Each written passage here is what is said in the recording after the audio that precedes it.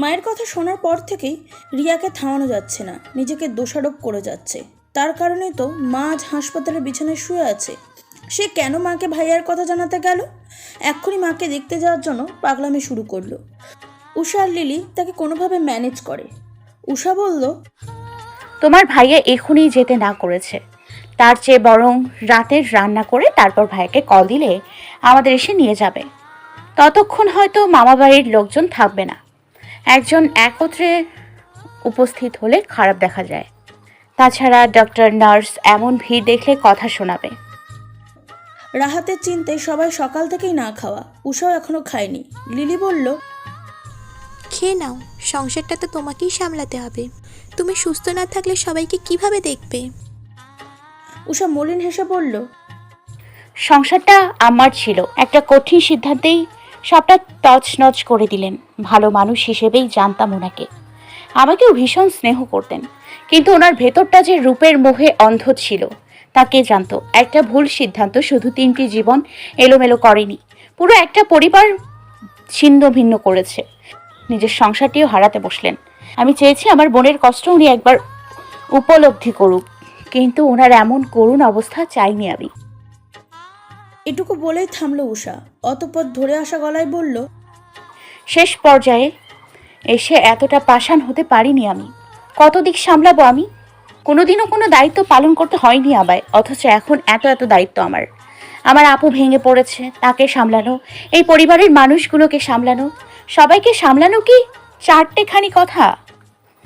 তার ওপর শামীম, উনিও হয়তো নিজেকে বেশ শক্ত দেখাচ্ছেন, স্বাভাবিক থাকার চেষ্টা করছেন, কিন্তু কতটা নিজেকে সাহস জোগাতে পারছেন? প্রতিটি মানুষের জীবনেই কোনো না কোনো দুঃখ আছে, আপনারও আছে তাই না? এই যেমন নতুন বিয়ে হতে না হতেই কতটা ঝড় ঝাপটা গেল, এখন তো স্বামীও নিরুদ্দেশ। লিলি ম্লান কণ্ঠে বলল, আমি এমনিতেও চলে যেতাম। আমাকে বাড়ি আনা হোক, পরিস্থিতি স্বাভাবিক হলেই আমি চলে যাব। উষা বলল, কেন যাবেন? আমার আপু তো আপনার জায়গা দখল দিতে আসবেন না। তোমার আপু দখল দিতে আসবে কি? আমি নিজেই তো অজান্তে তার জায়গা দখল করে বসে আছি। শান্তি আপা তার হাজব্যান্ডকে হসপিটালে রেখে রাত 8টার পর বাড়ি ফিরল শামীম। গোসল সেরে রিয়া, লিলি উষাকে নিয়ে বেরিয়ে পড়ল। আনোয়ার হোসেন আর জেদ চেপে রাখতে পারল না, তিনিও উপস্থিত হলেন। উষার বাবা এসে দেখে গিয়েছেন। শত হলো মেয়ের শাশুড়ি অপরপক্ষে মুসলিম হিসাবে অসুস্থ ব্যক্তিকে দেখা জরুরি মনে করলেন। একে একে সবাই দেখে যাচ্ছে। নাসিমা বেগম তাকিয়ে দেখছেন, চোখের কার্নিশ বেয়ে জল গড়াচ্ছে। রিয়া বারবার মায়ের চোখের পানি মুছে দিচ্ছে, সে নিজেও কাঁদছে, তবে শব্দ হচ্ছে না। নাসিমা বেগমের অনুতপ্ত হয়ে সকলের কাছে ক্ষমা চাওয়ার চেষ্টা করছেন, কিন্তু পারছেন না। বারবার কথা জড়িয়ে যাচ্ছে। তাই স্বামী মানা করলো, এখন কথা বলার দরকার নেই, আগে সুস্থ হয়ে নিক। উষা আর লিলি জোর করেই সবাইকে রাতের খাবার খালো। শামীমের জন্য খাবার নিতেই সে বলল, খিদে নেই এখন। সবাই কেবিনের বাইরে যেতেই হাত ধুয়ে শামীমের খাবার সামনে নিয়ে বসলো উষা। তার মুখের সামনে খাবার তুলে দিয়ে বলল, আপনার এখন বিশাল দায়িত্ব।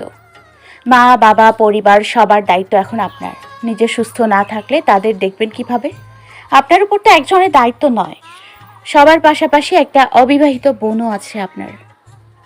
ভেঙে না পড়ে নিজেকে শক্ত করে আঁকড়ে ধরুন। দ্বিরুক্তি করল না শামীম, চুপচাপ উষার হাতে খেয়ে নিল। খাওয়া শেষে গম্ভীর গলায় বলল, রসবাইকে সামলে নেব আমি, তুমি শুধু আমায় সামলানোর দায়িত্ব নিও। শামীমের কাঁধে হাত রেখে মৃদু হেসে আশ্বস্ত করল উষা। রাতে সবাইকে পাঠিয়ে শামীম উষা দুজনেই থেকে গেল। রিয়া বাড়াবাড়ি করলেও তাকে বুঝিয়ে পাঠিয়ে দেওয়া হলো। কান্নাকাটি করে সবার তুলনায় তার অবস্থা বেশি খারাপ। রাতে আরও অসুস্থ হয়ে পড়তে পারে। বাবাকেও কেমন নরম দেখাচ্ছে, তাকেও পাঠিয়ে দিল শামীম। শান্তি ছেলে মেয়ে রেখে এসেছে, সেও চলে গেল স্বামীর সঙ্গে। লিলির সঙ্গে উষাকে পাঠিয়ে দিতে চাইলেও শামীমের কথা চিন্তা করে উষা গেল না। সকাল থেকেই ধকল যাচ্ছে মানুষটার ওপর। একটু ঘুমিয়ে নিতে পারলে ভালো হতো। একটু আসছে বলে শামীমকে রেখে বাইরে গেল উষা।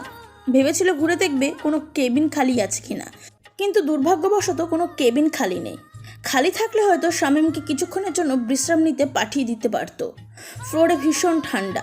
শূন্য হাতে কেবিনে ফিরতেই শামীম জিজ্ঞাসা করলো, হুট করে কোথায় গিয়েছো? কোথাও না, একটু আশপাশটা দেখছিলাম।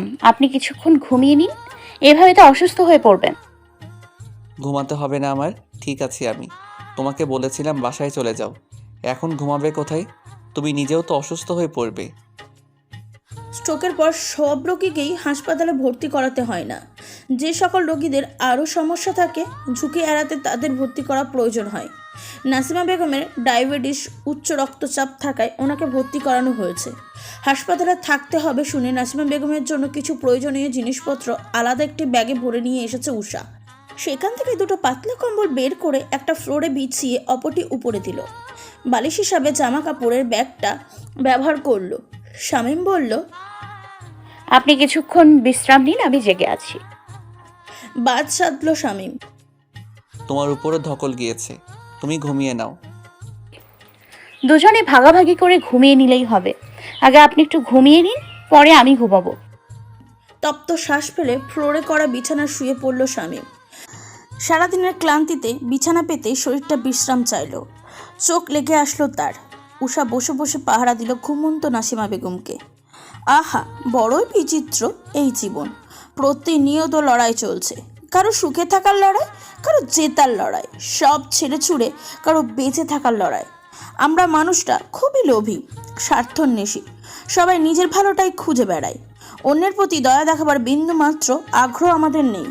আল্লাহ তাআলা ওই ব্যক্তির উপর রহম করে না যে মানুষের উপর রহম করে না।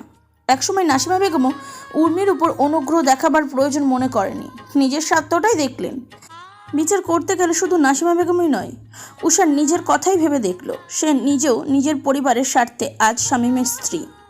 ভাবনার মাঝে হঠাৎই দৃষ্টি পড়ল নাসিমা বেগমের উপর। অল্প স্বল্প নড়াচড়া করছে, কিছু বলছেন হয়তো, কিন্তু মুখের জড়তার কারণে স্পষ্ট হয়ে উঠছে না কথা। কানের কাছে মুখ নিয়ে শুনতে চাইল সে, বুঝতে পারল না। উষা জিজ্ঞাসা করল, পানি? নাসিমা বেগম বা হাতের ইশারায় আরেকটু কাছে ডাকলেন উষাকে। এগিয়ে যেতেই মাথায় হাত রাখলেন। চোখের পানি ছেড়ে আবারও মৃদু শব্দে ঠোঁট নাড়ালেন। উষা আবারও মুখের কাছে কান পেতে রইল। জড়িয়ে যাওয়া ভাঙা কিছু শব্দ তার কান ভেদ করে ভিতরে প্রবেশ করলো। উর্মি, বলে দিও ক্ষমা। আপনি আগে সুস্থ হয়ে উঠুন, তারপর নিজে তাকে বুঝিয়ে বলবেন। শামীম ঘুমালেও আজ আর ভারী ঘুম হলো না। চোখে রাজ্যের ঘুম নামলেও কান সজাগ রইল। উষার মৃদু কথা বলার শব্দে তড়াক করে ঘুম ছেড়ে উঠল সে। ভাবলো মায়ের বুঝি কিছু প্রয়োজন হলো। উঠে মা আর স্ত্রীর এমন সুন্দর দৃশ্য দেখে তাদের আর বিরক্ত করার ইচ্ছে হলো না। পৃথিবীর সব ছেলেই বোধহয় চায় তার মা আর স্ত্রীর মধ্যকার সম্পর্ক ভালো হোক। মায়ের দোষেই যে সবাই শাস্তি পেয়েছে, মা পায়নি এমনটাও নয়, তিনিও শাস্তি পেয়েছেন। হয়তো বাকি জীবনটাও সন্তান হারানোর শোকে পার করাবেন। খানিকক্ষণ পর কথা বলল শামীম। আমি অনেকক্ষণ ঘুমিয়েছি, এবার তুমি কিছুক্ষণ ঘুমিয়ে নাও, আমি বসছি মায়ের কাছে। উষা বিছানায় গেল। একটা পাতলা কম্বলে শীত কাবার হচ্ছে না। ফ্লোর থেকে ক্রমাগত ঠান্ডা উঠছে। কিছুক্ষণ এপাশ ওপাশ করে চোখ বুঝল। মায়ের হাত ধরে বসে রইল শামীম। নাসিমা বেগম জড়ানো গলায় কিছু একটা বললেন। মায়ের ঠোঁটের দিকে তাকিয়ে কি সুন্দর বাক্যগুলো সাজিয়ে নিল শামীম। এতক্ষণ উষা কান পেতেও যা বুঝতে পারেনি, ঠোঁট নাড়ানো দেখেই শামীম সেটা স্পষ্ট বুঝতে পেরেছে। এটাই হয়তো মায়ের সাথে সন্তানের কানেকশন। নাসিমা বেগম বললেন, আমার বড় আব্বা কোথায় গেল? এই মুহূর্তে নাসিমা বেগমকে দুশ্চিন্তায় ফেলা ওনার জন্য বিপজ্জনক। তাই শামীম মিথ্যা আশ্বাস দিল মাকে। রাগ করে বন্ধুর বাসায় উঠেছে, তাকে তোমার কথা জানাইনি, সেই জন্যই আসিনি, চিন্তা করো না তুমি। নাসিমা বেগম তাচ্ছিল্য করে হাসলেন। শামীমের মিথ্যাটা সহজেই ধরে ফেলেন, অথচ সেদিন রাহাতের ভেতরটা বুঝতে পারেনি। আমরা অনেক সময় কাছের মানুষের চোখ দেখে তার ভিতরটা পড়তে পারলেও জেদ ধরে নিজের সিদ্ধান্ত তার উপর চাপিয়ে দিতে চাই। তার জন্য নাসিমা বেগম ভীষণ অনুতপ্ত। পাপের শাস্তি বোধহয় সৃষ্টিকর্তা দুনিয়াতে দিয়ে দিয়েছেন। ভাবলেন আজ মরে গেলেই হয়তো কষ্ট কমতো। এখনও তো যতদিন বাঁচবেন ততদিন মরণ যন্ত্রণায় কাতরাবেন। অর্ধেক শরীরের যন্ত্রণায়, বাকি অর্ধেক অনুশোচনায় আর সন্তান হারানো বেদনায়। মায়ের চোখে চিকচিক করা পানি মুছিয়ে দিয়ে শামীম বলল, আমি মাথায় হাত বুলিয়ে দিচ্ছি, তুমি ঘুমানোর চেষ্টা করো। সকাল সকাল শান্তি নাস্তা নিয়ে হাসপাতালে হাজির। তাকে নামিয়ে দিতে তার হাজবেন্ডও ওর সাথে এসেছে। তিনি উষার সাথে জড়তার কারণে কথা বলছে না, কখন আবার মাইন্ড করে বসে। তাদের পরিবারের মানুষগুলো খোলামলা ধরনের, তিনিও তেমনভাবেই বড় হয়েছে। কিন্তু তারও বোঝা উচিত সবাই সবটা পছন্দ করে না। নতুন বউ পেয়ে অনেকেই মজা করতে আসে, কিন্তু তাদের পরিস্থিতি ভাবার চেষ্টা করে না। দুলাভাই হিসাবে রাহাতের সাথেও উষার রসিকতার সম্পর্ক ছিল না। সে ভাবতো তার দুলাভাই নয়, রাহাত তার ভাই হয়ে এসেছে। পরক্ষণে আচমকা ঝড়ে সবটা উলটপালট হয়ে গেল। উষার হাতে নাস্তা ধরিয়ে শান্তি বলল, তোমরা দুজন নাস্তা করে নাও, প্রায় ঠান্ডা হয়ে এসেছে। একেবারে ঠান্ডা হয়ে গেলে মজা পাবে না। শামীম উষা দুজনেই নাস্তা করে নিল। মাকে নিয়ে আরও একদিন হাসপাতালে কাটিয়ে আজ বাড়ি ফিরলেন শামীম। সবটা শান্ত হলেও কোথাও একটা শূন্যতা রয়ে গিয়েছে। ভাই থাকলে হয়তো পরিবারটি পূর্ণ হতো। মাঝে লিলি তার চলে যাওয়ার কথা তুলল। তার বাবা মার হাতের কথা শুনে তার বিরুদ্ধে থানায় স্টেপ নিতে চাইছেন। একের পর এক ঝামেলা এসেই হাজির হচ্ছে। একটা বিদায় করতে না করতেই অন্যজন এসে বলে, আমি হাজির। সবটা এখন শামীমের উপর দিয়েই যাচ্ছে। প্রচণ্ড ক্লান্ত সে। বুঝতে পারলো সংসার ধর্ম পালন করা শুধু কঠিন নেই, কঠিনের চেয়েও বেশি কঠিন, যা এতদিন বাবা পালন করে এসেছে। ভোরের কুয়াশা কেটে ঝলমলে রোদের দেখা মিলল না কেবল রাহাতের দেখা। মায়ের অসুস্থতার খবরটুকু হয়তো তার কান পর্যন্ত পৌঁছাতে পারেনি, নয়তো মাকে একবার না দেখে থাকতে পারতো না সে। খবর পৌঁছানোর মাধ্যমটি যে অবরোধ ঘোষণা করলো, প্রতিবার ডায়ালের সুমিষ্ট এক নারী কণ্ঠে ভেসে ওঠে, আপনি যেই নাম্বারে ডায়াল করেছেন তা এই মুহূর্তে বন্ধ আছে। মেজাজ প্রচণ্ড রকম খারাপ হলো শামীমের। সবাই কেমন নিজ জায়গা থেকে খেলায় অংশগ্রহণ করে যাচ্ছে, অথচ চোরকির মতো নাচতে হচ্ছে তাকে। মায়ের অসুস্থতার 1 সপ্তাহ কেটে গেল। লিলি জানালো সে তার বাড়ি ফিরে যেতে চায়। আনোয়ার হোসেন তাকে আটকানোর কোনো পথ খোলা দেখছে না। কি বলে আটকে রাখবেন? কোন বলে এই বাড়িতে টিকে থাকবে মেয়েটি? নতুন ঝামেলার সূচনা হলো লিলির যাওয়ার প্রসঙ্গ থেকে। তার পরিবার আক্রমণ করার বন্দোবস্ত চালু করলো। রাহাতের বিরুদ্ধে তারা থানায় মামলা করবে। শুধু রাহাত কেন, তাদের মতে রাহাতের পরিবারের প্রতিটি মানুষই তাদের কাছে দোষী। পরিবার থেকে প্রশ্রয় না পেলে একটা ছেলে এত বড় কাণ্ড ঘটানোর সাহস পায় কিভাবে? এতদিন সবটা চাপা থাকলেও সত্যিটা আজ সবার মুখে মুখে রটে আছে। লিলির বয়ানের কাছে মামলা টিকতে পারল না। সে নিজ মুখে স্বীকার করছে, বিয়ের আগে উনি আমায় নিজের অমতের কথা জানিয়েছিলেন। সবটা দু পরিবারের লোকজন জানে। জানার পর তারা বিয়েতে বাধ্য করেছিলেন আমাদের। আমিও নিজের বিয়ের পর উপলব্ধি করেছি আমাদের বোঝাপড়া ভালো নয়। ভবিষ্যতে পৌঁছানোর মতো কোনো রাস্তা আমি দেখিনি। দুজনের মিউচুয়াল আলাপের মধ্যেই আমরা আলাদা হওয়ার সিদ্ধান্ত নিয়েছি। যদি দোষ থাকে তবে রাহাত বা তার পরিবারের একার নয়, সমান দোষ আমার পরিবারেরও। তারা জেনে বুঝে বিয়ে দিয়েছেন, তবে কি শাস্তি সবার প্রাপ্য নয়? লিলির বয়ানে কেস নড়বড়ে হয়ে গেল। তার বাবা মা বাধ্য হলেন কেস তুলে নিতে। বাবা মা হিসাবে চিন্তা তাদের হয়। মেয়েটা প্রথমে একটা কাণ্ড ঘটালো, সেটা এখনও লোকমুখে ছিছি শব্দের ঝড় তুলছে। এখন আবার নতুন হেনস্থার পথ খলসাক হয়েছে। বিয়ে হতে না হতেই কেন স্বামী ছেড়ে চলে গেল? নিশ্চয়ই তার মেয়েটার চরিত্র সম্পর্ক জেনে গিয়েছে। লিলি নরম স্বরে বাবাকে বলল, বাবা, আমি অন্যায় করেছি। নিজেকে শুধরে নিয়ে সুখ খুঁজতে গিয়েও শূন্য হাতে ফিরে এসেছি। আমার ভাগ্যে কোনো একটা পাতায় হয়তো এমনটাই লেখা ছিল। আমি নিরাশ হইনি। এখনো ভরসা রাখছি আল্লাহর উপরে। নিশ্চয়ই তিনি আমার ভবিষ্যতে ভালো কিছু রেখেছেন। মেয়ের প্রতি রাগ থাকলেও সেটা পড়ে গেল। লিলির বাবা অনুভব করার চেষ্টা করলেন অসময়ে মেয়েটাকে দূরে ঠেলে দিলে সে কোথায় যাবে, কে আছে আর মেয়েটার। 2 হাতে আগলে নিলেন বুকের মাঝে। লিলির চোখ থেকে গড়িয়ে পড়ল কয়েক ফোঁটা গরম জল। সবার মতন করে ভিতরের যন্ত্রণাটাও জাহির করা তার জন্য বড্ড বেমানান। সে কেন কাঁদবে? কাঁদবে না আর। দুঃসহ হয়ে উঠল উর্মির জীবন। পায়ের ব্যান্ডেজ খুলে এসেছে আজ। চলাফেরা সাবধানতা। শরীর ধীরে ধীরে স্বাভাবিকতায় ফিরে আসলেও মনের ঘরে উন্নতি নেই। সকাল বিকাল রাহাতকে মনে পড়ে। বুকের ভিতরে একটি কোণে ঘাপটে মেরে থাকা মানুষটি হঠাৎই নড়ে উঠে নিজের অস্তিত্ব জানান দেয়। তাকে এতটা দুঃখ দেওয়ার ইচ্ছে উর্মির ছিল না, কেবল নমনীয় রূপ ঢেকে কঠোরভাবে নিজেকে প্রদর্শন করেছে, এড়িয়ে গিয়ে নিজের মূল্য বোঝাতে চেয়েছে। অথচ মানুষটি তাকে মূল্যহীন করে চলে গেল। সত্যি কি সে মূল্যহীন? টপ টপ বৃষ্টি নামলো চোখের আকাশে।